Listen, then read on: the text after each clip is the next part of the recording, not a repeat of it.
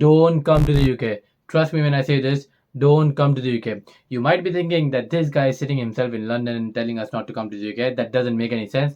But trust me, it does. UK is not like how it used to be before. Current situation in the UK is really bad, and there are a list of events that happened that led to this situation, whether it's Brexit, COVID-19 pandemic, political crisis, cost of living crisis, recession, and a lot more. Plus, on top of that, post 2-year work visa, which was announced by the UK government in 2021, led to so many students applying for universities in the UK, which led to increased supply of graduates and students looking for jobs in the UK.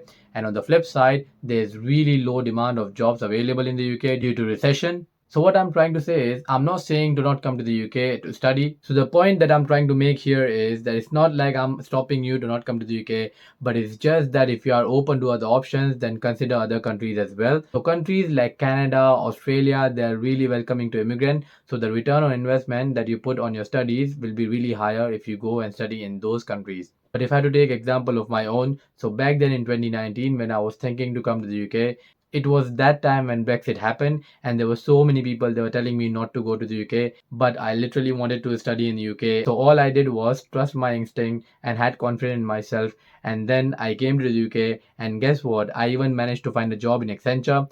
If you want to know how I managed to secure a job in Accenture, then check out my video. I will leave a link in the description. But what I'm trying to say is that if you specifically want to come to the UK, then it's fine. But if you are open to other options, then look for other countries as well. So in this video, I'm going to share with you the top 5 reasons why you should not come to the UK and consider other country to study. But before we start, let me tell you that I have noticed that more than 80% of my viewers are not my active subscribers. So if you are someone who is watching this video and if you are liking my content, then I would really encourage you to hit that subscribe button because I come up with all such amazing content every week on Wednesday.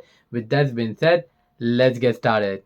Starting with number 1 is post 2-year work visa. As I have mentioned in the beginning of my video, this is the main reason why you should not come to the UK, and here is the reason why. Look at this image. Look at the size of the UK compared to the US. Now you see how small is UK when you compare it with US.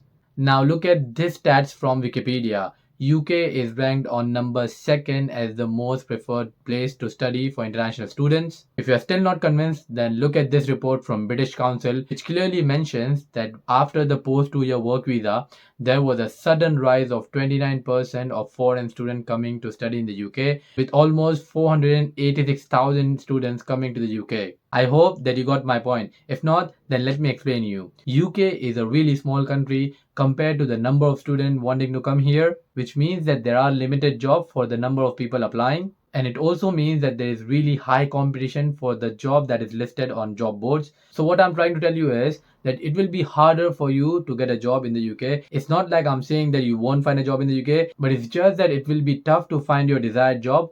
Whereas if you compare UK's size to other big countries like Australia, Canada, or the US, so there will be higher chances of you getting a good job that you actually wanted. So think about it before you make your decision. If you are open to other options as well, then look for other countries like Canada, Australia, or the US. Next on the list is recession. For those of you who don't know, UK has a higher chances of entering into a recession than Russia. I'm not joking, guys. This is a fact.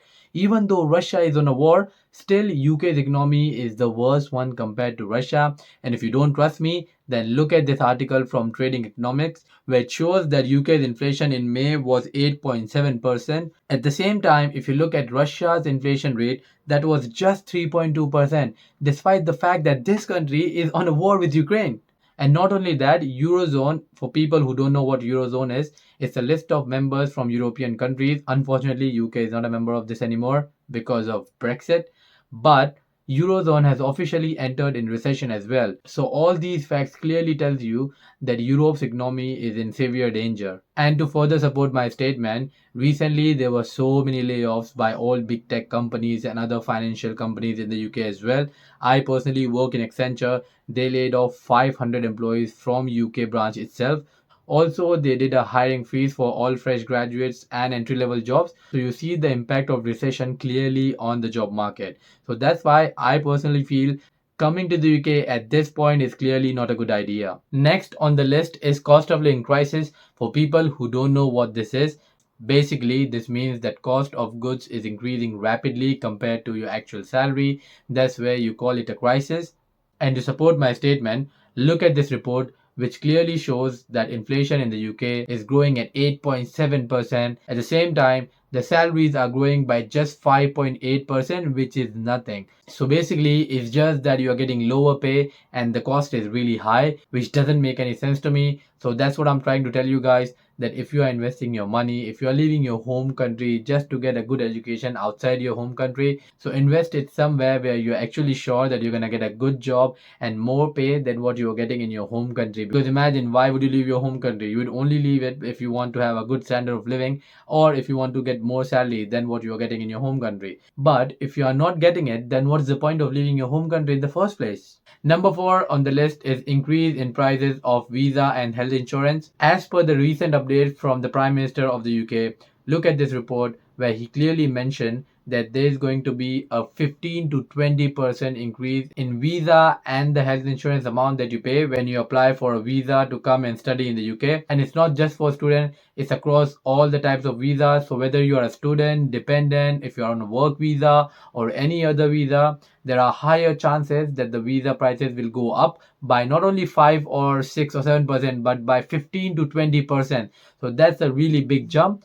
That means that if you are an international student, then there will be a lower chances for you to get a sponsored job, because employers will look at the amount and they would highly prefer someone who is local and not international, because that means that they'll have to bear extra cost of visa compared to someone who is just in the UK. Because anyway, employers are really restricting themselves to hire someone that is international, because they have to pay additional visa costs. But now after this update, where the visa prices are getting more by 15 to 20%, God knows what's gonna happen. I mean, on top of that, there is low demand, high supply, recession, and whatnot. That's why I'm telling you from the beginning that coming to the UK right now at this point in time is very risky. The last one is lack of eligibility, because of which I would advise you to not come to the UK, and here's the reason why. If you go onto LinkedIn and simply look for jobs in the UK, you will find out that around 10 to 20% of the job requires you to have a security clearance.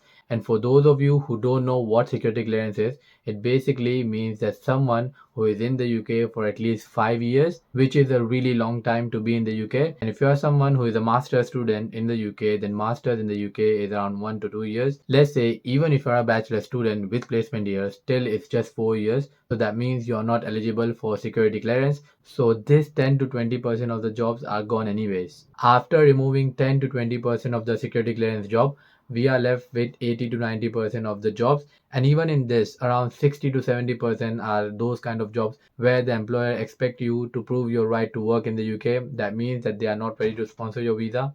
So these jobs are only for British citizen or someone who is on their dependent visa or long-term visa. So if you're a student, then automatically you are not eligible for these jobs at all. Then we are left with only 10 to 20% of those crucial jobs where they are actually sponsoring for your visa. And that's where most of the international students are competing for just that one job. So now you see why it is so tough to get job in the UK. But it's not like you cannot get it. You can always get it if you have that skill set and if you have that caliber in you. But what I'm trying to say is, even in that 10 to 20% of job where they're actually sponsoring your visa, the reason why they are doing so is because they cannot get that skill set in their home country. So they require those niche skill set to be present in the candidate. So it makes really difficult for you to get that job, because they filter out candidate on a really granular level to see if they are actually matching those skill set to qualify for that job. So that is the only chance you have left to get a job. And if you're not matching those skill set, that means that you're not qualifying for the role. So that's why it's really crucial for you to look for jobs which are sponsoring your visa, and then what skill set are required so that you can upskill yourself. And if you want to know how to get a sponsored job in the UK, then don't worry. I have already made a video out on that. Link is in the description. Go check out. This brings us to the end of the video. I hope that you liked the video. If you did, then don't forget to hit that big fat thumbs up. I come up with all such amazing content every week on Wednesday, so make sure to hit that subscribe button right now, because it motivates me to keep creating such amazing content for you guys. With that being said, bye for now.